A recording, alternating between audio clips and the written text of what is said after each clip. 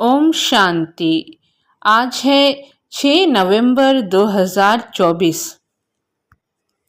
प्रातः मुरली बाप दादा मधुबन। मीठे बच्चे, बाबा की दृष्टि हद और बेहद से भी पार जाती है। तुम्हें भी हद सतयुग बेहद कलयुग से पार जाना है। प्रश्न, ऊंचते ऊंच ज्ञान रत्नों की धारणा किन बच्चों को अच्छी होती है? उत्तर में बाबा बोले, जिनका बुद्धि योग एक बाप के साथ है, पवित्र बने हैं, उन्हें इन रत्नों की धारणा अच्छी होगी।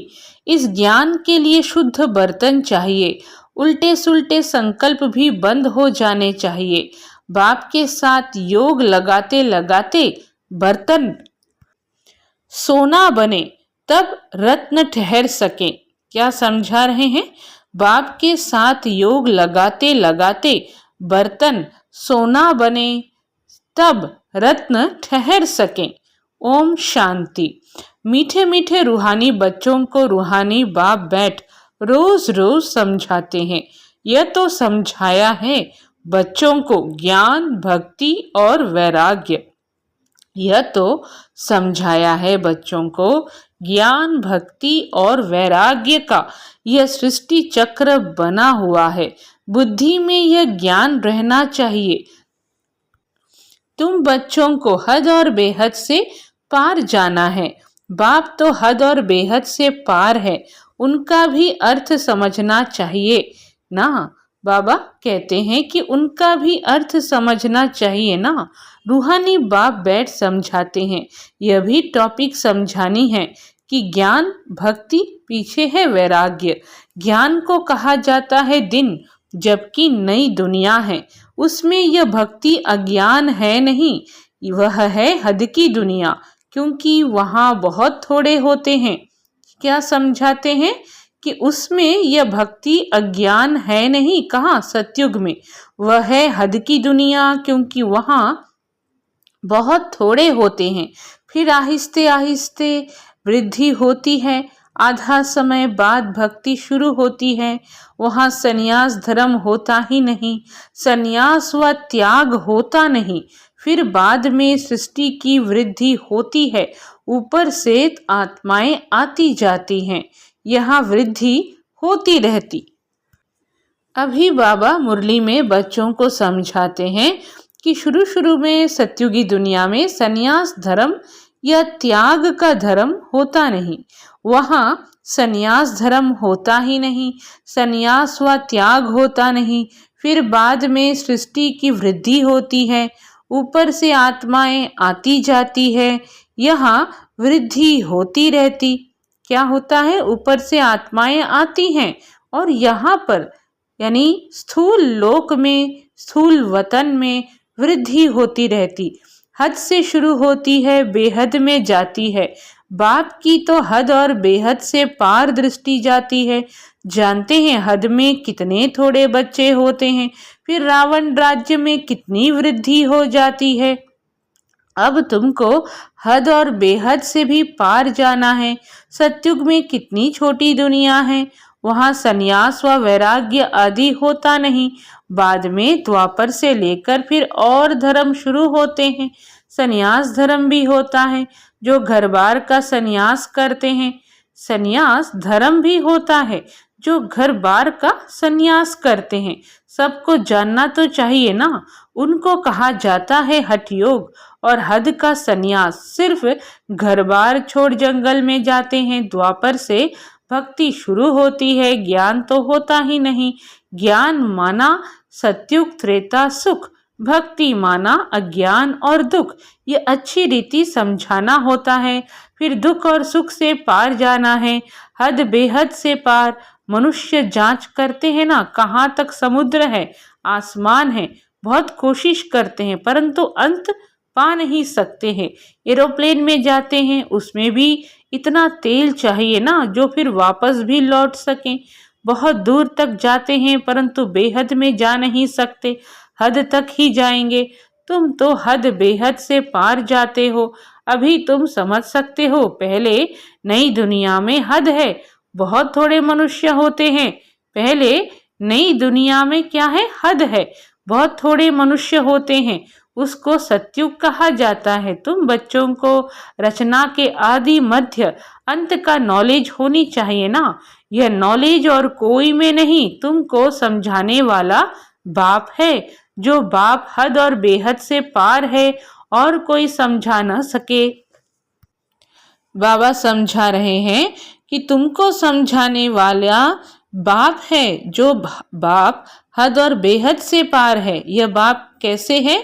हद और बेहद से पार है और कोई समझा न सके। रचना के आदि मध्य अंत का राज समझाते हैं, फिर कहते इससे पार जाओ। वहां तो कुछ भी रहता नहीं, कितना भी दूर जाते हैं आसमान ही आसमान है। इनको कहा जाता है हद बेहद से पार। कोई अंत नहीं पा सकते, कहेंगे बेअंत। बेअंत कहना तो सहज है, परंतु अंत का अर्थ समझना चाहिए। अभी तुमको बाप समझ देते हैं। क्या देते हैं? समझ। बाप कहते हैं मैं हद को भी जानता हूँ, बेहद को भी जानता हूँ। फलाने फलाने धर्म फलाने फलाने समय स्थापन हुए हैं। दृष्टि जाती है सत्युग की हद तरफ, दृष्टि जाती है सत्युग की हद तरफ, फिर कलयुग के बेहद तरफ। फिर हम पार चले जाएंगे जहां कुछ नहीं। सूर्य चांद के भी ऊपर हम जाते हैं, जहां हमारा शांति धाम स्वीट होम है। यूं सत्युग भी स्वीट होम है, वहां शांति भी है तो राज्य भाग्य सुख भी है, दोनों ही है। घर जाएंगे तो वहां सिर्फ शांति होगी, सुख का नाम नहीं लेंगे। अभी तुम शांति भी स्थापन कर रहे हो और सुख शांति भी स्थापन कर रहे हो। शिव बाबा आज की मुरली में कहते हैं कि घर जाएंगे तो वहां सिर्फ शांति होगी, सुख का नाम नहीं लेंगे। अभी तुम शांति भी स्थापन कर रहे हो और सुख शांति भी स्थापन कर रहे हो। वहां तो शांति भी है, सुख का राज्य भी है। मूल वतन में तो सुख की बात नहीं। आधा कल्प तुम्हारा राज्य चलता है और फिर आधा कल्प के बाद रावण का राज्य आता है। अशांति है ही 5 विकारों से। 2500 वर्ष तुम राज्य करते हो, फिर 2500 वर्ष बाद रावण राज्य होता है। उन्होंने तो लाखों वर्ष लिख दिया है, एकदम जैसे बुद्धू बना दिया है। 5000 वर्ष के कल्प को लाखों वर्ष कह देना बुद्धूपना कहेंगे ना। जरा भी सभ्यता नहीं है। देवताओं में कितनी दैवी सभ्यता थी, वह अब असभ्यता हो पड़ी है। देवताओं में कितनी दैवी सभ्यता थी, वह अब असभ्यता हो पड़ी है। कुछ नहीं जानते, आसुरी गुण आ गए हैं। आगे तुम भी कुछ नहीं जानते थे। काम कटारी चलाए आदि मध्य अंत दुखी बना देते हैं, इसलिए उनको कहा ही जाता है रावण संप्रदाय। दिखाया है राम ने बंदर सेना ली। अब रामचंद्र त्रेता का, वहां फिर बंदर कहाँ से आए? और फिर कहते राम की सीता चुराई गई। ऐसी बातें तो वहां होती ही नहीं। जीव जानवर आदि 84 लाख योनियां जितनी यहाँ हैं उतनी सत्युग त्रेता में थोड़ी ही होंगी। जीव जानवर आदि 84 लाख योनियां जितनी यहाँ हैं उतनी सत्युग त्रेता में थोड़े ही होंगी। यह सारा बेहद का ड्रामा बाप बैठ समझाते हैं। बच्चों को बहुत दूरादेशी बनना है। बच्चों को क्या बनना है? दूरादेशी। आगे तुमको कुछ भी पता नहीं था। मनुष्य होकर और नाटक को नहीं जानते हैं। मनुष्य होकर और नाटक को नहीं जानते हैं। अभी तुम समझते हो सबसे बड़ा कौन है? ऊंचते ऊंच भगवान। श्लोक भी गाते हैं, ऊंचा तेरा नाम, ऊंचा तेरा धाम। अब तुम्हारे सिवाय और कोई की बुद्धि में नहीं है, तुम्हारे में भी नंबरवार है। बाप हद और बेहद का दोनों राज समझाते हैं। उनसे पार कुछ भी है नहीं। वह है तुम्हारे रहने का स्थान, जिसको ब्रह्मांड भी कहते हैं। जैसे यहाँ तुम आकाश तत्व में बैठे हो, इनमें कुछ देखने में आता है क्या? रेडियो में कहते हैं आकाशवाणी। तो कैसे बाबा समझा रहे हैं हम बच्चों को? बाबा कहते बाप हद और बेहद का दोनों राज समझाते हैं। उनसे पार कुछ भी है नहीं। वह है तुम्हारे रहने का स्थान, जिसको ब्रह्मांड भी कहते हैं। जैसे यहाँ तुम आकाश तत्वों में बैठे हो, इनमें कुछ देखने में आता है क्या? रेडियो में कहते हैं आकाशवाणी। अब यह आकाश तो बेअंत है, अंत पा नहीं सकते, तो आकाशवाणी कहने से मनुष्य क्या समझेंगे? यह जो मुख है, यह है पोलार। मुख से वाणी आवाज निकलती है, यह तो कॉमन बात है, मुख से आवाज निकलना, जिसको आकाशवाणी कहा जाता है। बाप को भी आकाश द्वारा वाणी चलानी पड़े। तुम बच्चों को अपना भी राज सारा बताया है, तुम बच्चों को अपना भी राज सारा बताया है। तुमको निश्चय होता है बहुत सहज, तुमको निश्चय होता है बहुत सहज। जैसे हम आत्मा हैं, वैसे बाप भी परमात्मा है, ऊंच से ऊंच आत्मा है ना। सबको अपना अपना पार्ट मिला हुआ है, सबसे ऊंच से ऊंच भगवान, फिर प्रवृत्ति मार्ग का युगल मेरु, फिर नंबरवार माला देखो कितनी थोड़ी है, फिर सृष्टि बढ़ते बढ़ते कितनी बड़ी हो जाती है, कितने करोड़ दोनों अर्थात आत्माओं की माला है। यह सब है पढ़ाई। बाप जो समझाते हैं उनको अच्छी रीति बुद्धि में धारण करो। झाड़ की डिटेल तो तुम सुनते रहते हो, बीज ऊपर में है। यह वैरायटी झाड़ है, इनकी आयु कितनी है? झाड़ वृद्धि को पाता रहता है, तो सारा दिन बुद्धि में यही रहे।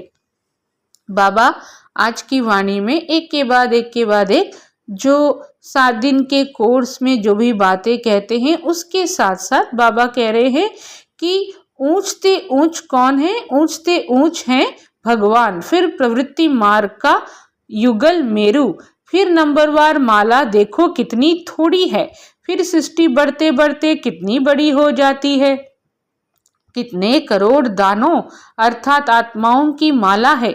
ये सब है पढ़ाई। बाप जो समझाते हैं उनको अच्छी रीति बुद्धि में धारण करो। झाड़ की डिटेल तो तुम सुनते रहते हो, बीज ऊपर में है, यह वैरायटी झाड़ है, इनकी आयु कितनी है? झाड़ वृद्धि को पाता रहता है, तो सारा दिन बुद्धि में यही रहे।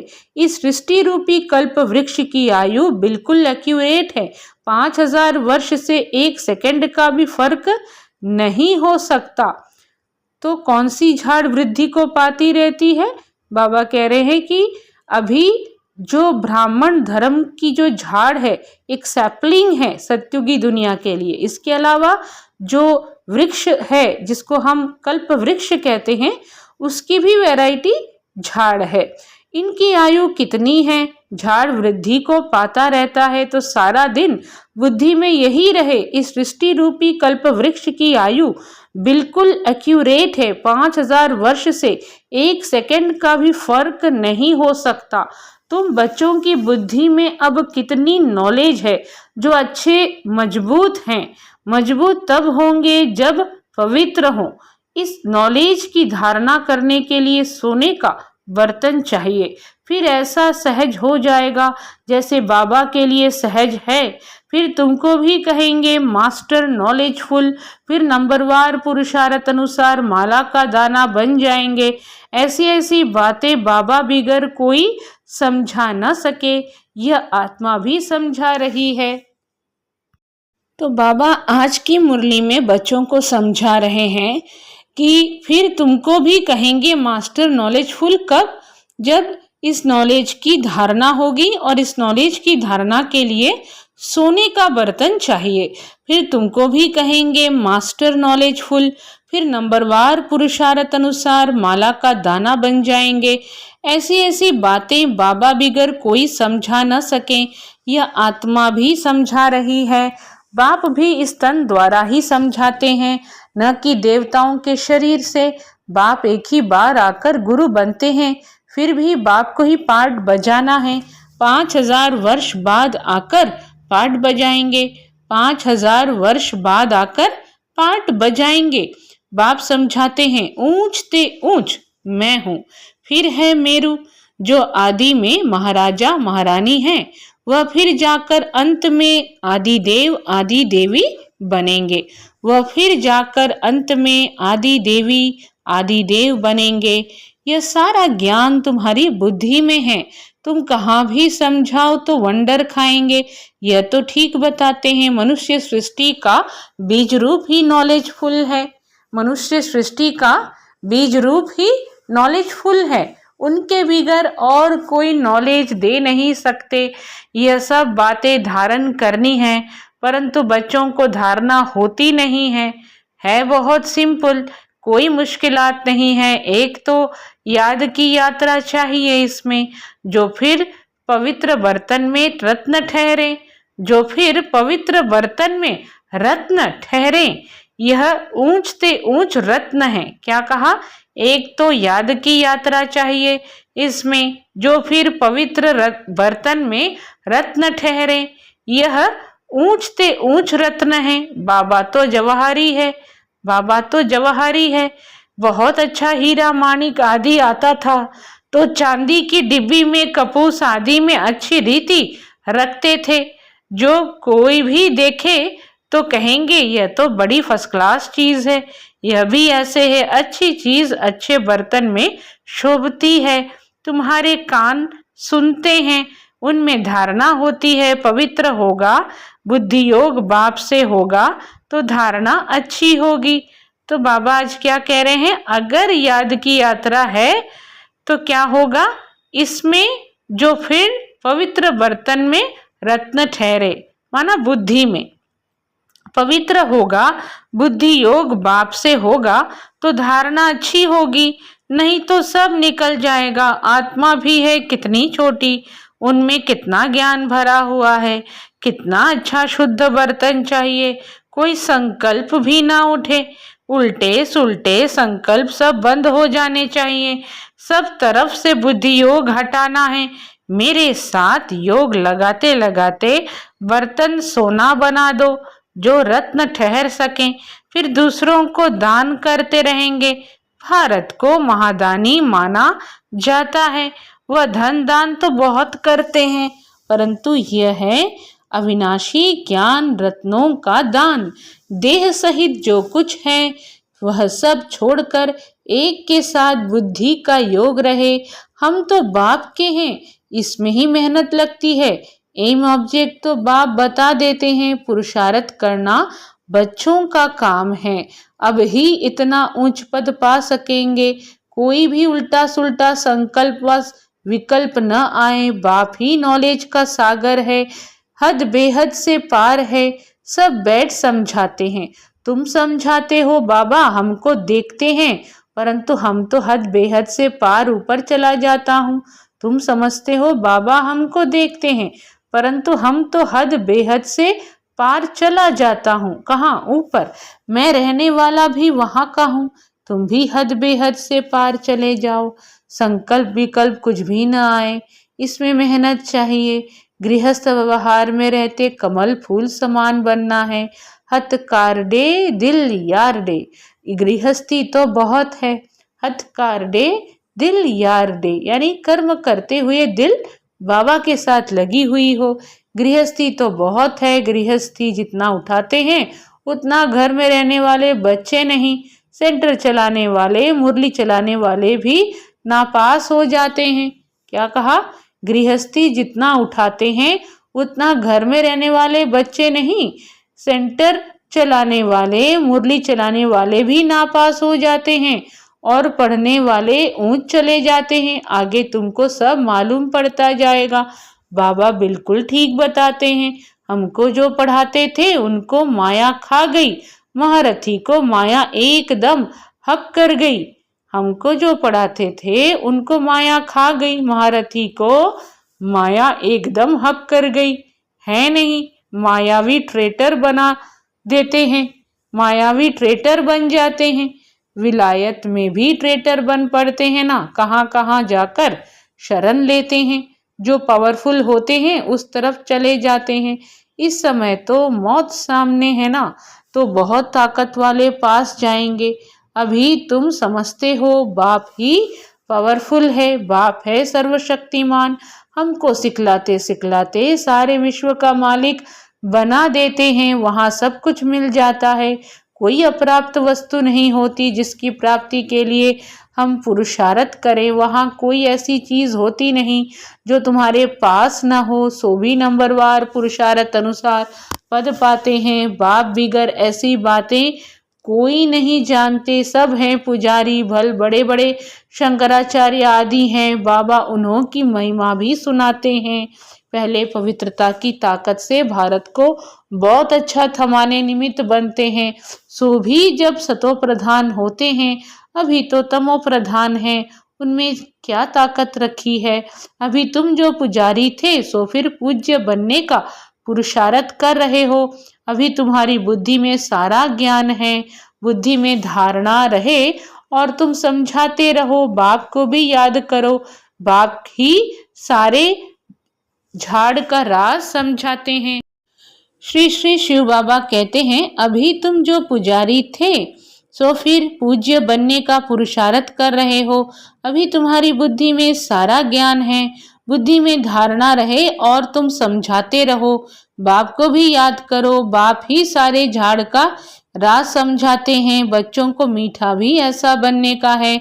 युद्ध है ना, माया के तूफान भी बहुत आते हैं, सब सहन करना पड़ता है। बाप की याद में रहने से तूफान सब चले जाएंगे। हातम ताई का खेल बताते हैं ना, मुलहरा डालते थे, माया चली जाती थी।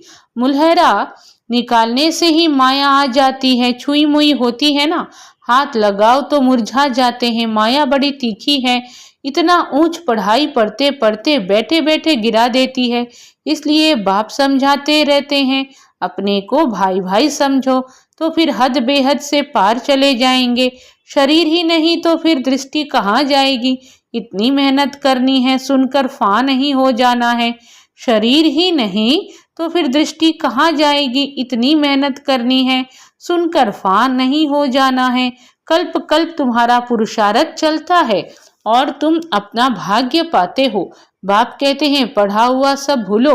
पढ़ा हुआ सब भूलो तो शास्त्र में जो भी पढ़े हैं उसको भूलना है, पर ज्ञान की पॉइंट्स को तो याद रखना है। तो बाबा कहते हैं, पढ़ा हुआ सब भूलो, बाकी जो कभी नहीं पढ़े हो वह सुनो और याद करो। उनको कहा जाता है भक्ति मार्ग। तुम राजऋषि हो ना, जटाएं खुली हो और मुरली चलाओ। साधु संत आदि जो सुनाते हैं वह सब है मनुष्यों की मुरली। यह है बेहद के बाप की मुरली। सत्युग त्रेता में तो ज्ञान के मुरली की दरकार ही नहीं। वहां न ज्ञान की न भक्ति की दरकार है। यह ज्ञान तुमको मिलता है इस संगम युग पर, और बाप ही देने वाला है। अच्छा, मीठे मीठे सिखी लधे बच्चों प्रति माता पिता बाप दादा का याद प्यार और गुड मॉर्निंग। रूहानी बाप की रूहानी बच्चों को नमस्ते। हम रूहानी बच्चों की रूहानी बाप दादा को भी नमस्ते। सदा रहेंगे हंसते। धारणा के लिए मुख्य सार, बुद्धि में ज्ञान रत्नों को धारण कर दान करना है। हद बेहद से पार ऐसी स्थिति में रहना है। हद बेहद से पार ऐसी स्थिति में रहना है जो कभी भी उल्टा सुल्टा संकल्प व विकल्प न आए। हम आत्मा भाई भाई हैं, यही स्मृति रहे। दूसरी पॉइंट है, माया के तूफानों से बचने के लिए मुख में बाप की याद का मुलहरा डाल लेना है। क्या डालना है? मुलहरा डाल लेना है।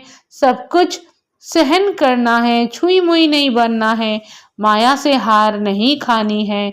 वरदान है, सदा एक के स्नेह में समाये हुए, एक बाप को सहारा बनाने वाले, सर्व आकर्षण मुक्त भव। सदा एक के स्नेह में समाये हुए, एक बाप को सहारा बनाने वाले, सर्व आकर्षण मुक्त भव। जो बच्चे एक बाप के स्नेह में समाये हुए हैं वे सर्व प्राप्तियों में संपन्न और संतुष्ट रहते हैं। जो बच्चे एक बाप के स्नेह में समाये हुए हैं वे सर्व प्राप्तियों में संपन्न और संतुष्ट रहते हैं। उन्हें किसी भी प्रकार का सहारा आकर्षित नहीं कर सकता। उन्हें सहज ही एक बाप दूसरा ना कोई यह अनुभूति होती है। उनका एक बाप ही संसार है। एक बाप द्वारा ही सर्व संबंधों के रस का अनुभव होता है। उनके लिए सर्व प्राप्तियों का आधार एक बाप है, न कि वैभव व साधन। इसलिए वे सहज आकर्षण मुक्त हो जाते हैं। स्लोगन है, प्रकृति को पावन बनाना है तो संपूर्ण लगाव मुक्त बनो। प्रकृति को पावन बनाना है तो संपूर्ण लगाव मुक्त बनो। सभी को ओम शांति।